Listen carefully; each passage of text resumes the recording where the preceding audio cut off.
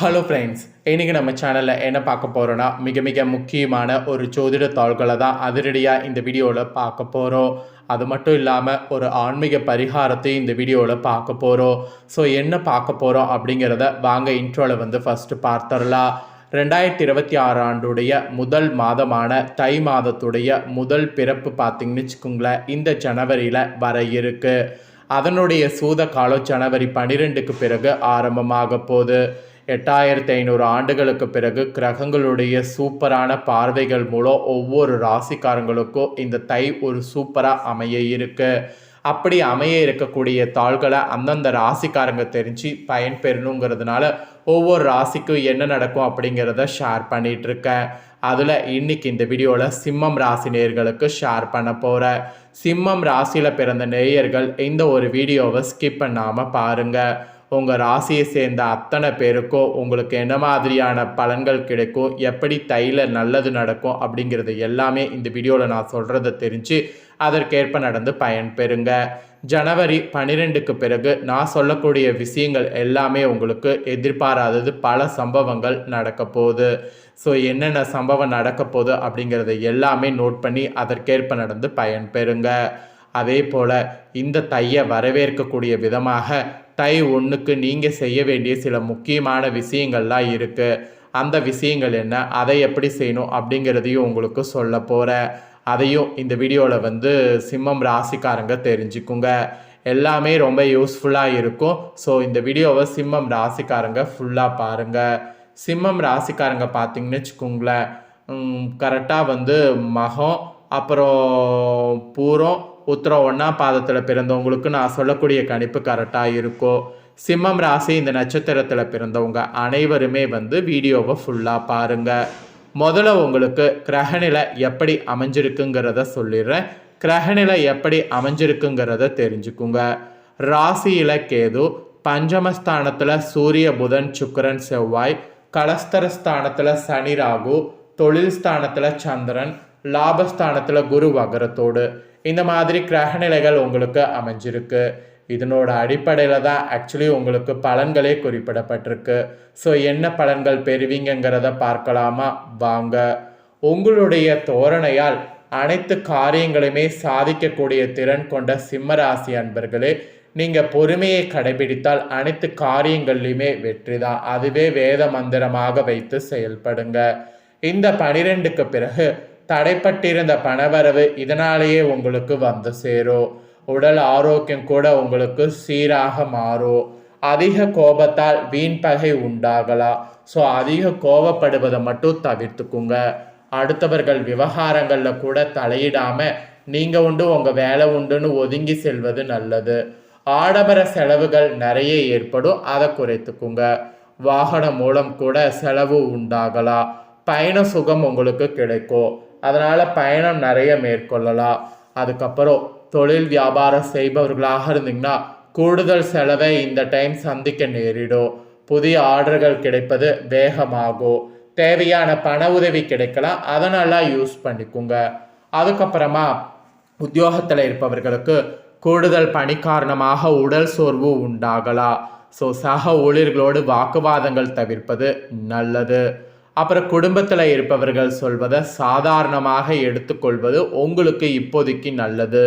கணவன் மனைவியாக இருக்கக்கூடிய சிம்மம் ராசிக்காரங்க ஒருவருக்கொருவர் விட்டு கொடுத்து செல்வதன் மூலம் மன அமைதி கிடைக்கும். அது மட்டும் இல்லாமல் பிள்ளைகளுடைய நலனில் அக்கறையானது காட்டணும். அவர்களுடைய எதிர்காலம் பற்றிய சிந்தனை உங்களுக்கு எழும். அதனால் கொஞ்சம் ஜாக்கிரதையாக இருங்க. பெண்களுக்கு கூட கோபத்தை குறைத்து நிதானமாக பேசுவது பிரச்சனை ஏற்படாமல் தடுக்கும்.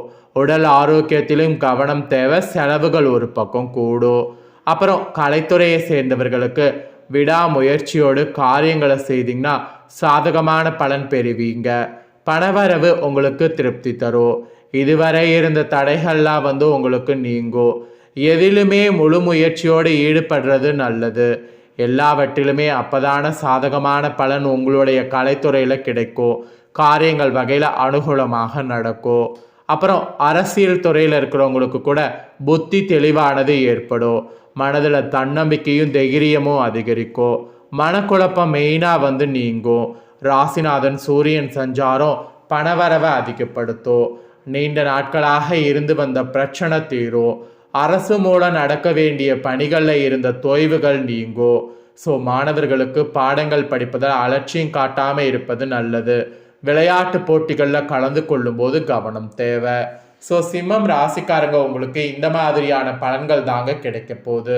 இதற்கேற்ப நடந்துக்குங்க. இதில் உங்கள் நட்சத்திரத்துக்கேற்ப இந்த டைம் எப்படி இருக்கும் அப்படிங்கிறது குறிப்பிடப்பட்டிருக்கு. வாங்க அதையும் பார்க்கலாம். ஃபர்ஸ்ட் மகம்ல பிறந்த சிம்ம ராசிக்கு குறிப்பிடப்பட்டிருக்கு. இந்த டைம் உங்களுடைய குழந்தைகளால் உங்களுக்கு பெருமை கிடைக்கும். தொழில் வியாபாரத்தில் பார்ட்னர் விவகாரங்களில் கவனம் தேவை. ஆர்டர்கள் கிடைப்பது திட்டமிட்டபடி இல்லாமல் தாமதமாகும். வேலையாட்களிடம் கவனமாக இருப்பது நல்லது. நல்ல முன்னேற்றம் காணலாம். வீண் அலைச்சல் மற்றும் வீண் விரய இனி ஏற்படாது. நெக்ஸ்ட் பூரம்ல பிறந்த நட்சத்திரத்துக்கு சொல்லப்பட்டிருக்கு. உங்களுக்கு இந்த டைம் நீண்ட நாட்களாக நடந்து முடியாத காரியம் ஒன்று நடக்கும். எதிலும் திட்டமிடல் அவசியம். பலன்கள் சற்று தாமதமாகி கிடைக்கும். மற்றவர்களுடைய பிரச்சனைகளில் வீண் தலையீடு வேண்டாம். நண்பர்களாக இருப்பவர்கள் கூட விரோதிகளாக மாறக்கூடிய காலகட்டம் என்பதால் ரொம்ப ரொம்ப கவனம் தேவை. அப்புறம் உத்திராட 1ஆம் பாதத்தில் பிறந்தவங்களுக்கு சொல்லப்பட்டிருக்கு. இந்த டைம் கூட்டு தொழில் புரிபவர்கள் ஒருவருக்கொருவர் விட்டு கொடுத்து செல்வது நல்லது. உத்தியோகத்தில் இருப்பவர்கள் நிர்வாக திறமை வெளிப்படும். மேல் அதிகாரிகள் ஆதரவு கிடைக்கும். பதவி உயர்வு, சம்பள உயர்வு, மேல் அதிகாரிகள் அனுசரணை கிடைக்கும். தனியார் ஊழியர்களுக்கு நல்ல நிலைமை வந்து சேரும். ஸோ உங்களுக்கு இந்த மாதிரி பலன் கிடைக்கும். இந்த டைம் உங்களுக்கு அதிர்ஷ்டக்கிழமை திங்கள், புதன், வெள்ளி. சந்திராஷ்டம தினம் கரெக்டாக ஜனவரி 23, 24, 25. அதிர்ஷ்ட தினம் 16, 17, 18. ஸோ உங்களுக்கான முழு பலன்கள் இதுதான் என்பது குறிப்பிடப்பட்டிருக்கு. இதற்கேற்ப நடந்து பயன் பெறுங்க. இப்போ நெக்ஸ்ட்டு தை பிறக்கிறதுனால தை வரக்கூடிய அன்னைக்கு இந்த பரிகாரங்களை செய்தால் அதிகப்படியான நன்மைகள் உங்களுக்கு ஏற்படும். ஆக்சுவலி தைங்கிறது பார்த்தீங்கன்னு வச்சுக்கோங்களேன், சாதாரண தமிழ் மாதம் கிடையாது. ரொம்ப சிறப்பான தமிழ் மாதம். இந்த தைக்கு நிறைய சிறப்புகள் இருக்குது. ஸோ என்னென்ன சிறப்புகள் இருக்குது அதெல்லாம் நீங்கள் தெரிஞ்சு இந்த நாளில் சில பரிகாரங்கள் செய்தீங்கன்னா இந்த வருடமே உங்களுக்கு சிறப்பாக இருக்கும்.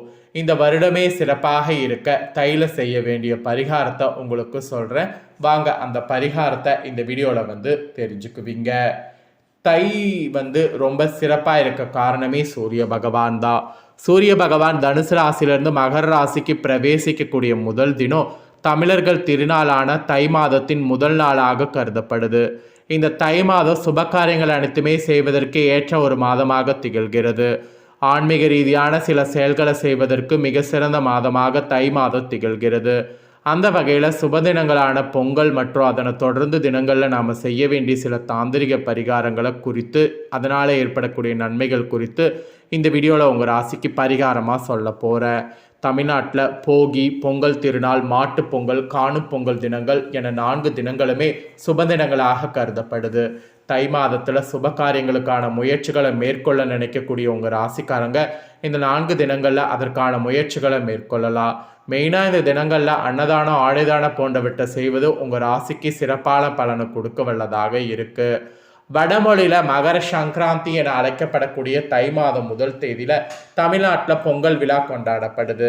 இந்த பொங்கல் தினத்தில் சில ஆன்மீக பரிகாரங்களை செய்வதால் இந்த வருடம் முழுவதும் உங்களுக்கு நன்மையான பலன்கள் கிடைக்கும்.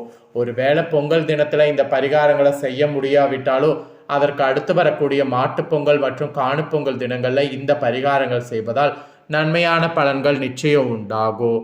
தை திருநாள் உழவர்கள் மற்றும் ஒட்டுமொத்த உலகிற்கே நன்மை பயக்கும் சூரிய பகவானுக்கு நன்றி தெரிவிக்கக்கூடிய ஒரு திருவிழாவாக இருக்கு. இத்தகைய சிறப்புமிக்க பொங்கல் தினம், அதை தொடர்ந்து வரக்கூடிய மாட்டுப் பொங்கல், காணுப்பொங்கல் தினங்களில் அதிகாலையில் எழுந்து குளித்து முடித்து வீட்டு சூரியன் உதிக்கின்ற போது சூரிய ஒளி நம் மீது படும் வகையில் அமர்ந்து சிறிது நேரம் தியானம் செய்வது நல்லது. இதனால் நமது உடலில் தங்கியிருக்கக்கூடிய சூட்சமமான எதிர்மறை ஆற்றல் நீங்கி தோஷங்கள் கழிந்து உடல் மற்றும் மனரீதியான ஆரோக்கியம் மேம்பட இருக்கு. அப்புறம் பொங்கலுக்கு மறுநாள் வரக்கூடிய மாட்டுப்பொங்கல் தினம் உழவர்களுக்கு உறுதுணையாக இருக்கக்கூடிய மாடுகளுக்கு நன்றி தெரிவிக்கக்கூடிய ஒரு தினம். ஸோ பசுமாட்டில் தேவர்கள் வாசம் செய்வதாக ஐதீகம். எனவே இந்த மாட்டுப்பொங்கல் தினத்தில் பசுமாடுகளுக்கு விருப்பமான உணவுகளை வழங்கி அவற்றின் ஆசிகளை பெறுவது நல்லது. அதில் குறிப்பாக அகத்திக்கீரை, அருகம்புல், வாழைப்பழம் போன்றவற்றை பசுமாடுகளுக்கு உண்ண கொடுத்து அவற்றை தொட்டு வணங்குவதால் குலசாபம், முற்பிறவி பாவதோஷம் போன்றவை நீங்கோ. உங்கள் வீடுகளில் பார்த்தீங்கன்னு வச்சுக்கோங்க பசுமாடுகள் இல்லை அப்படின்னா கோவில்லையோ பக்கத்தில் இருக்கக்கூடிய பசுமாடுகளுக்கோ கொடுத்து ஆசீர்வாதத்தை வாங்க மறக்காதீங்க. இதெல்லாம் தாங்க பரிகாரம். ஸோ இதை செய்தீங்கன்னா இந்த வருடமே உங்களுக்கு சிறப்பாக இருக்கும். ஸோ உங்கள் ராசிக்கு செய்ய வேண்டிய பரிகாரத்தையும் சொல்லிட்டேன். இந்த வீடியோவை நீங்கள் உங்கள் ஃப்ரெண்ட்ஸ் ஃபேமிலிக்கு ஷேர் பண்ணுங்கள். உங்கள் ஃப்ரெண்ட்ஸ் ஃபேமிலியில் இருக்கிறவங்களும் சிம்மம் ராசிக்காரங்களாக இருந்தாங்கன்னா இந்த பரிகாரத்தையும் பலனையும் தெரிஞ்சு பலன் பெறட்டும். இதே போல புதிய அப்டேட்டான நிறைய வீடியோ நம்ம சேனலில் போடப்படும். அதையெல்லாமே உடனுக்குடனே தெரிந்து கொள்ள மறக்காமல் நம்ம சேனலை சப்ஸ்கிரைப் பண்ணுங்கள், கூட பெல் பண்ண ப்ரெஸ் பண்ணுங்கள். அதை பண்ணிட்டீங்கன்னா இனி நான் போகிற மற்ற அப்டேட்டான எல்லா வீடியோஸும் உடனுக்குடனே தெரிந்து கொள்ளலாம். சப்ஸ்கிரைப் பண்ணி பெல் பண்ண ப்ரெஸ் பண்ணுங்கள். நெக்ஸ்ட் இதே போல் சுவாரஸ்யமாக வேறொரு வீடியோவில் உங்களை சந்திக்கிறேன். நன்றி.